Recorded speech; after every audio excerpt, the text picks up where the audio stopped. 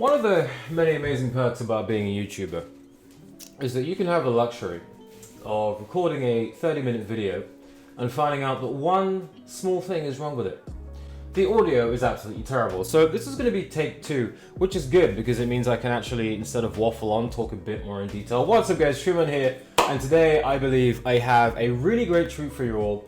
One is that I've realized that in 4K it's impossible to hide the fact that I desperately need a hairdresser, but the pain is literally so bad when I get it done that it stops me from doing it. White people don't even notice that, literally. It's like white people don't notice, but if like a middle-aged black woman walks past on the street, it's like I got like doo-doo on my face. Anyway, so today I've got an absolute treat for you guys, because over the years there have been many things that I've done. I have done sodium thiosulfate, I have done all sorts of cleanses, I've done like foot things where you suck out toxins through your feet, I've done every supplement known to man almost. You can waste hundreds of pounds looking around for the solution, trying this thing, trying that thing, going from this doctor to that doctor, and never really knowing exactly what it is that is the actual issue. Now, if I had done this years ago in this detail, I would have saved myself thousands of pounds. This is a hair mineral analysis. Not sponsored, let me just get this out of the way right now. I'm not sponsoring any lab. This is a test that you can get from anywhere, anytime. It's about £80 here, so like $100 maybe. It's different pricing. But this thing shows me almost every single mineral that I'm not only deficient in, but also toxic or I just have too much in. If I had had this when I was younger, I could have literally saved myself 5 years of hell. So before I go off on another random tangent, this is what I'm talking about. This is something that I teased earlier in the last video that I did. Well, I showed you this. Obviously, this is not my name. This is not my age. You'll never know. Well, you could probably figure it out. Now, are you the kind of person who comes from a family where they're worried about getting certain diseases? Or are you the kind of person who, or you hear of people, other people in the family, oh, this person had heart disease. Oh, my grandmother had Alzheimer's and her mother had Alzheimer's and I'm probably gonna get Alzheimer's. Let me tell you this right now, it's a myth. I'm sorry. If you had this kind of information, you can stop that. You can prevent this. You can prevent this. I look at my parents and I look at people over a certain age and they're all spouting off the same thing about, oh, they're breaking down this, that, and the other. I'm sorry. If you know what's going on in the body, you can totally prevent it, and let me show you how. So this is the test that I teased earlier. This may seem a bit complicated, but I'm only going to break down a few of these things here because a lot of this is just numbers. Let me just point out one thing which, this heavy metal right here is really big to me, because if any of you know anything about my story, you'll know that I recovered from autism and I had a whole load of other neurodegenerative and physical conditions, to the point where between like 18 to 25, I was living in hell, absolute hell. My brain was not working, it was difficult to socialize, I couldn't sleep, I was grinding my teeth down, which is why I barely have any teeth anymore, because I was falling asleep and just and if I could sleep, I had difficulty socializing, I think I've already said that.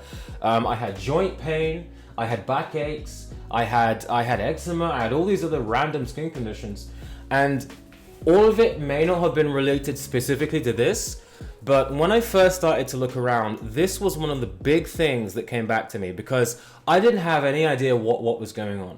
But thankfully, my intuition actually directed me to this kind of a test where it was like, oh, okay, what are these symptoms? Oh, it might be this toxicity.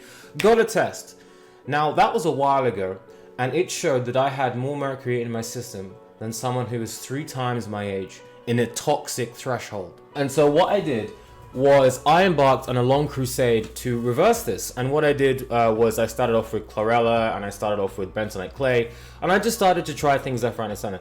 And finally, after all those symptoms started to get better, I now have proof that it's finally out of my system. So seeing the fact that my toxic mercury is 0 is, but there are other things that I realized, because as you see here, aluminum. No, before you say it, it's not. Don't do it. Don't. Okay, do why it. is that one? Aluminium. No! Aluminum. This test will tell you, these tests, because I'm not sponsored by anyone, will tell you if you're toxic in heavy metals. This is how you avoid Alzheimer's, because aluminum, as well as mercury, are extremely neurodegenerative.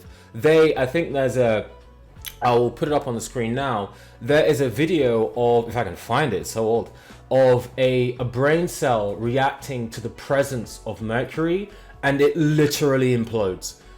In this experiment, neurons also isolated from snail brain tissue were grown in culture for several days, after which very low concentrations of mercury were added to the culture medium for 20 minutes. Over the next 30 minutes, the neurite membrane underwent rapid degeneration, leaving behind the denuded neurofibrils seen here. This is what heavy metals do to the brain. This is why we get Alzheimer's after a period of time. This is why sometimes, or one of the reasons why you walk into another room and you don't know why you're there. This is why you keep leaving the house and forgetting things. Although I kind of still do that, though that's other reasons like toxic iron and me thinking too much. But aluminum is one of the things that, as well as mercury and lead, are extremely common, and arsenic are extremely common in the Western world. They come from a lot of things. What I found, especially lead, this blew my mind, by the way, that my frying pan, because I didn't replace it quick enough, was poisoning me with lead very quickly. Because I never, like, it happened like 2 years ago. I had the symptoms of what I said before. I was leaving the house without my keys. I didn't get far, obviously, because the door was left open or I'd locked myself out. I would leave without just random bits and bobs. I'd just walk into one room and be like, why the hell am I there? Now, this is also due to a bit of sleep deprivation, but when I found this out, and then I found, hey, what's the biggest sources of lead? Frying pans. Oh, look to my frying pan. It's like, oh, I need to replace this. Replaced it all with granite frying pans with this little coating. So finally, this can actually be detox. And one thing I like about this test is that it will give you a brief breakdown. So it will give you a brief breakdown of what these things mean and how to avoid them. Like here, for example, here, hair coloring. This is a big thing. Not for me, but for a lot of people. They really poison themselves with hair coloring. Leaded gasoline, leaded paint, arsenic. Now, why is this a problem? This is a problem because I love chicken. Today I'm going to be taking on the question that has been taking the internet by storm lately and causing the best of friends to become the bitterest enemies when they argue about it. Is water wet? So much so that I want to buy a lot of it. So what I've done is arsenic is extremely high, in chicken. In fact, arsenic is probably one of the highest carcinogens that's currently in chicken that isn't organic. So how I'm planning to counter this, although it's not too high yet, now that I've picked it up, what I'm going to be doing is taking a supplement, retaking one of the old supplements that I used to take, which is very good for pulling out heavy metals and toxins, which is bentonite clay. And I'm going to be having 1 teaspoon of that before every meal, at least an hour before, or maybe even like an hour and a half before every meal. What that does is that will soak up all of the toxins within the actual chicken. Not just chicken, any food. If you want to start reducing the heavy metal load, reducing all the toxic stuff, if you're worried about not buying organic and all the stuff that's in there, and you want something really low cost, I cannot recommend bentonite clay enough. It will absorb a lot of the toxins that are from the food and also throughout the whole body, because it will pull the... I need to look at this camera whenever I'm just like pontificating. So I'm going to get used to this. It will pull out those toxins and render them inert, and they will pass harmlessly out of the body, as well as any other toxins from anywhere else. Also, if you're worried about heavy metal toxicity from fillings and this, that, and the other, that will also be really, really great to do that. Now, moving away from the toxic stuff, except for the 0.13 of uranium, which I have no idea where I have no idea where this comes from. I would love to find out where I'm getting this source of uranium, and I don't know why I'm so excited. Probably because I've watched too much sci-fi stuff, and I'm thinking if I get over a certain amount, I may get superpowers, or I'll just die. So this is actually quite close to home, because as some people would know, especially if you're black people love salt. I love salt. In fact, I love salt so much that my salt level isn't even measured on the scale. My sodium is 285. This high number here is 65. So this goes about to the ceiling of my levels of sodium. Now, why aren't I panicking? Why aren't I freaking out? This is because, as I like to say, salt is not salt. Table salt, for example, if you eat a lot of table salt, that's when you should be worried about blood pressure. High blood pressure, vomiting, excessive diarrhea, all things that I don't have unless I go to McDonald's. But I don't have that issue. If I was to be having table salt though, with these levels, getting enough sodium from those levels from table salt, I'd be dead right now. No lie, I'd probably be dead right now. But instead, what do I have? I have Himalayan salt. And yeah, just pretty much Himalayan salt. I will use that for everything. Salt, just like a lot of the things, just like butter back in the day, has gotten a really, really bad rap, because I think we all remember, if we're old enough, or at least we were there for the tail end of the whole Atkins thing, whereby everyone was low fat, low fat, low fat, low fat. And everyone was avoiding all sorts of healthy fats like butter and coconut oil and ghee and all sorts of other stuff. And now look, all those people are really, really sick or dead because you need fat. You need fat. And so much so that, funny story, I nearly died, or I would have probably been hospitalized and like nearly died from doing an 11-day water fast.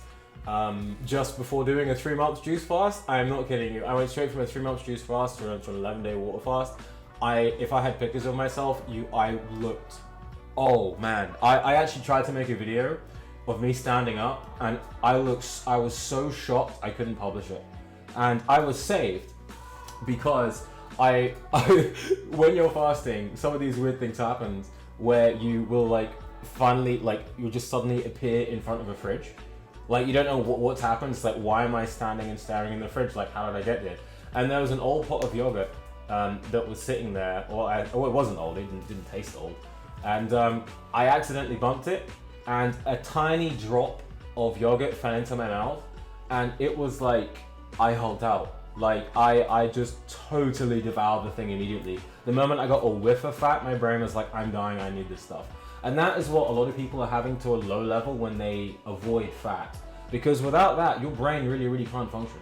Like, it does not function. So anyway, sodium is the same thing. Like, if you get sodium from the right sources, you can actually have very, very high sodium levels and be fine. And something else that's very, very interesting is that this test will also tell you all of the minerals are linked.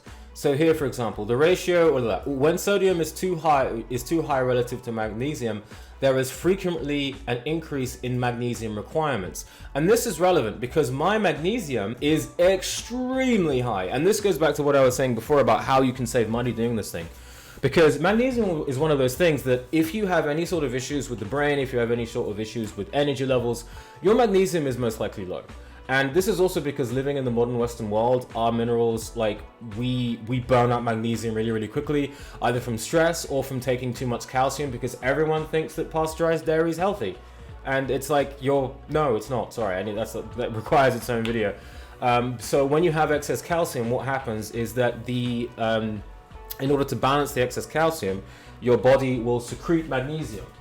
As a way of essentially bringing the calcium levels down. This is why actually drinking pasteurized milk is bad for the bones. Sorry. Sorry. It's bad because it leaches all this calcium out. So what you really want is to get calcium. If you really want calcium, get it from raw milk or get it from food sources. Or better yet, there's a way of getting calcium, bioavailable calcium from eggs. What you do is you dissolve eggshells in citric acid, and then you drink that solution in a light citric acid solution. And that's pure calcium citrate, which is way more absorbable than the literal chalk that they sell you in the supplement stores. Yes, the supplements that you get from calcium are literally chalk, most of them. And iron is iron filings. It's not bioavailable. They're literally getting iron filings. Sorry. You can tell I'm really passionate about this. But anyway, so I've cut down on the amount of magnesium that I'm eating, which is going to be saving me a lot of money in the long run because I buy magnesium like crazy. And I'm already feeling the effects of high magnesium. Like I didn't realize just how calm I have been.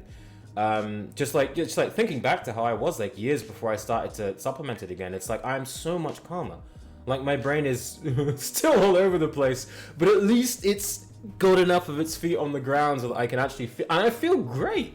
Like literally most of the time, I just woke up one day and was like, I've been feeling like relatively great for like ages. Yeah, I've still got issues, but I've been feeling great. And this is all because of high magnesium levels. So I'm going to save money there. The next one, which is kind of going to be related to the teeth healing stuff, my calcium and my phosphorus levels. Calcium and phosphorus are extremely essential for teeth healing and bones, specifically phosphorus. Now, the fact that my calcium and phosphorus are relatively the same kind of makes me ask a question, like why? Because calcium is way more abundant than phosphorus, so I'm not sure what exactly I'm eating from phosphorus. The doctor who did this test gave me actually a quick breakdown. When low levels of phosphorus are found in hair relative to tissue calcium, it reflects abnormal calcium and or phosphorus metabolism. This, I believe, is going on in a lot of people, and is one of the reasons why most people's teeth don't heal, because phosphorus is concentrated primarily in the teeth. And if there isn't a good ratio of calcium to phosphorus, it's not going to heal properly. So from this test, I realized that I need to massively up my intake of milk kefir, because I actually stopped, like I don't take calcium from like anywhere else, except for possibly spinach and kale and other places where you can get this stuff. But what I'm going to be doing is I'm going to be making milk kefir, which if you add colostrum to milk kefir, it's like the best supplement for gaining weight. Like, and muscle. Like, it's a pre-workout, it's a during workout, not during workout, it's a post-workout, it's like everything. Like, I have so much energy when I do that. I can't wait for someone to figure out that and make a ton of money, not me, because I can't be bothered. But I'm going to be increasing my intake of calcium to make sure that I get all this back up. Do you see where I'm going with this, guys? Like, with this test, and with the right knowledge about this stuff, luckily, these tests will give you a breakdown. You can take control of your health again. Because how many, like, it's like, not even take control of your health. You can know what's going on. Isn't that worth it? Isn't it worth it to know, like, oh, I have full control over whether or not I forget the name of I might forget the name of my wife when I'm like 60. Oh, I have full control over when and how my energy levels are going to either increase or decrease as I age. Because yes, you do get better, but I've just been getting progressively faster, stronger, and smarter as I've gotten older. Mainly because I've sort of delved into this. But this is a long-term thing. This, honestly, like, I don't know why everyone doesn't get this. You know, and okay, I'm gonna stop because it sounds like I'm shilling, and I'm not shilling for anyone. Again, you can get this test from anywhere, you can get it from anyone, but it's so absolutely sulfur. So moving on, this is something that I wanted to. Where am I looking? This is something that I'll get used to this. This is something that I've wanted to talk about for a long time. Like I mentioned before, there are certain things and certain norms out there about what's good for you and what's bad for you, and this, that, and the other, that are total BS. And again, it's not because of malevolence, it's mainly just because science has a while to catch up, and when money is involved, that's even longer. One of these things is iron. Now, my iron levels are actually very high. Although it doesn't go off the scale like sodium, it's high enough to cause a concern. Mainly because iron these days, if it's not taken from the right sources, just like I said about magnesium, calcium, and sodium, can cause a lot of issues. And one of the main things that I've seen when I come into the store is everyone's anemic. Well, it's actually, if you want to know the most common issues people have, energy levels, joint pain. Everyone has joint pain, and I can teach you how to fix that pretty easily. I'll mention it. I'll move on to the mineral that you need from here. And anemia. Everyone's buying iron because everyone's tired, and if you're tired, you take iron. And I'm sorry, but taking iron because you're tired and you haven't got the proper test, not a blood test, but a proper test, is like drinking. Is like what?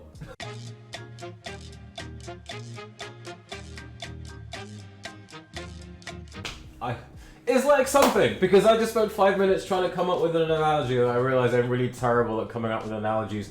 Unless I'm by myself and I'm not talking into a camera. I'm literally the kind of person who I will just come up with the best thing to say right after the conversation is over, and I'm like, oh wow, that would have been a hilarious joke if only I was more present and not in my own head as a habitual pattern. But anyway, iron. Most people, apart from joint pain and fatigue, so many people come in for anemia. And I've known people who have been on iron supplementation for such a long period of time. And there's been a lot of research recently, specifically by the work of a doctor named Dr. Morley, who has really been blowing the lid off of this whole iron craze that everyone's been going through. Because iron is one of those things where you don't take, it's not a toy. Iron is extremely toxic in high levels. And also, it's the most abundant mineral in the planet. Now, why is it that someone is such a leaky bucket underneath? Is such a, you know, they keep pouring iron in, and why are they always anemic? Iron is stored in the tissues 10 times more than in the blood. And what do we use to test iron? Blood tests. And so whenever people come in and they say, "Oh, I'm anemic," and I said, "Well, have you had a blood test?" So yeah, well, how long have you been anemic for? Oh, about 3 or 4 years. Have you been taking iron before? Yeah, like every day. How? Like, the body is not designed to be taking that amount of iron. Okay, the issue is not adding more iron, it's iron maintenance. And this goes back to why minerals are so important. Without proper minerals, everything is out of whack. Without proper minerals, you can't absorb vitamins. Without proper minerals, you can be taking a ton of supplements and none of it will work. None of it will work. You can go from doctor to doctor to doctor. I have had absolutely amazing breakthroughs in the people that I've been working with, where you give them one little thing and their life totally transforms. Like, I've had people who have had joint pain their whole life. Take some serapeptase. Done. Now, where should I look? Now, moving on to joint pain, because I'm aware this video is getting too long. You want to fix your joint pain? This is what you need. Sulfur is extremely useful for keeping the joints limber. When you have an old person that falls over, they literally break like pottery. And the reason is because they're turning to stone. Now, I made a video a while ago about why everyone needs a water filter. And on the thumbnail for that video, it has a picture of an x-ray. And in that x-ray, I believe the skeletal system, and there's even worse ones, you have like before or after, whereby you have a normal skeleton and then you have like a modern person. And it's like, they look like an egg. Everything is white because they're so full of calcium that cannot be absorbed because they're drinking milk, pasteurized milk every day. They have low magnesium levels and they have low sulfur levels. Because joint pain, when you take sulfur, it gets all of the crap out of your joints. It gets all of the excess calcium out of your body and sulfates it out. And so what you find is your joints stop clicking and you can bend more and you can sleep better and your dreams are really great. Now, my sulfur level is actually quite low. But that's fine because I'll be taking the sulfur supplements, and I've also been doing this yoga called Bikram yoga, which is really great because if I want to get the lead and aluminum out, doing yoga in 50-degree heat is probably one of the best ways of doing it. You literally sweat it all out. Anyway, guys, this has just been a brief summary. I could literally talk for hours about this subject. But the camera is currently on 30 minutes. So if you like this video, if you want to see more of me just nerding out and sort of giving advice about specific minerals, or if you have any questions, if you want me to go into something specific, let me know. There's tons of more resources on this thing. Like it has like all these random other ones too, like rubidium, and shows you toxic ratios and all sorts of absolutely, I kid you not, life-changing stuff. But it's like 80 quid. And how much are we paying for our doctors? How much do you pay on supplements? You could literally know exactly what you need right here. It's not perfect. I will say that right now. It's not perfect. Because based on your hair, if you're using hair dyes or colorings, it can be off. But it's like a manual for your body, man. Come on. Anyway, that's all to say for today, guys. Peace.